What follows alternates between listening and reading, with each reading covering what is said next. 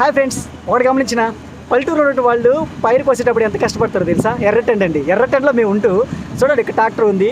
అదేవిధంగా మమ్మల్ని కోయడానికి చూడండి ఎలా ఉందో టైమింగ్స్ చూడండి. ఆ పైరు కోస్తూ ఆ మిషన్ అతను ఎట్లా ఉంటున్నాడు చూడండి ఒకసారి.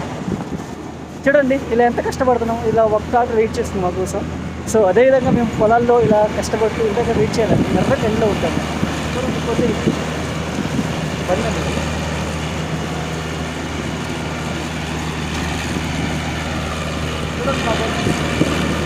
ఎర్ర టెంట్లో ఎలా ఉన్నాడు? ఏమన్నా పైన అదింటే అంత బాగుండదు.